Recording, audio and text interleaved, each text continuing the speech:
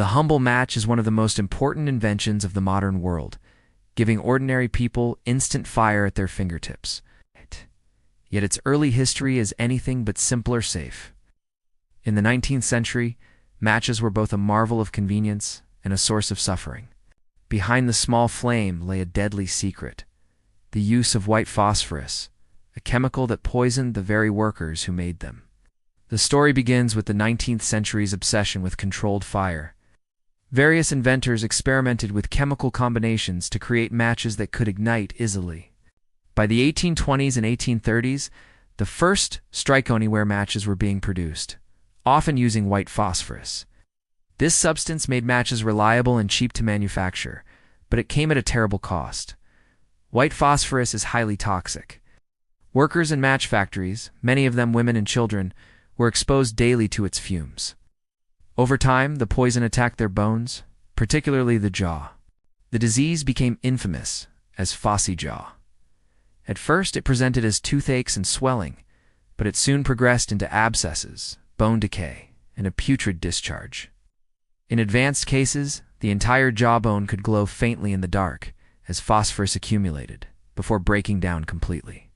The condition was agonizing, disfiguring, and often fatal. Yet for decades, match companies ignored or denied the problem. Factories exploited poor workers who had few alternatives and no protections. Young women, nicknamed match girls, bore the brunt of the suffering. In London in 1888, they famously staged the match girls' strike, walking out of the Bryant and May factory in protest against dangerous working conditions and meager wages. Their strike became a landmark moment in labor history, drawing public attention to industrial exploitation and forcing change. Meanwhile, scientists and reformers campaigned for alternatives. Safer versions of matches were already known, using red phosphorus, which was far less toxic.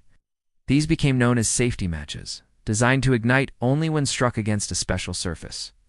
But because white phosphorus matches were cheap and profitable, companies resisted replacing them. It took decades of public outcry, labor action, and eventually government bans to drive white phosphorus off the market. By the early 20th century, most countries outlawed white phosphorus matches. The transition to safety matches made production far less hazardous.